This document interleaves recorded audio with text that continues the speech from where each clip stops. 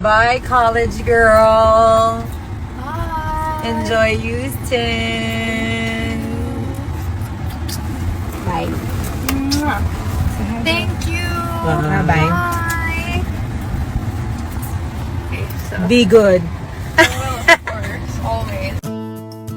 So, yan mga kamartes ko ang latest chika natin kay Venice Gutierrez Bektash. Inihatid na siya sa Houston, Texas at doon pala siya mag-aaral for college. Hindi pala sa Malibu, California kung saan nag-aaral ang kanyang ate Lorraine. So, parang sinundan niya ang yapak ng kanyang tita Alexa na nasa heaven na kasi doon siya nag-aral nung nag-college siya. So, yeah, good luck, Venice, and be good and take care always kasi nga magkalayo sila ni Lorraine. Okay? So, abangan na lang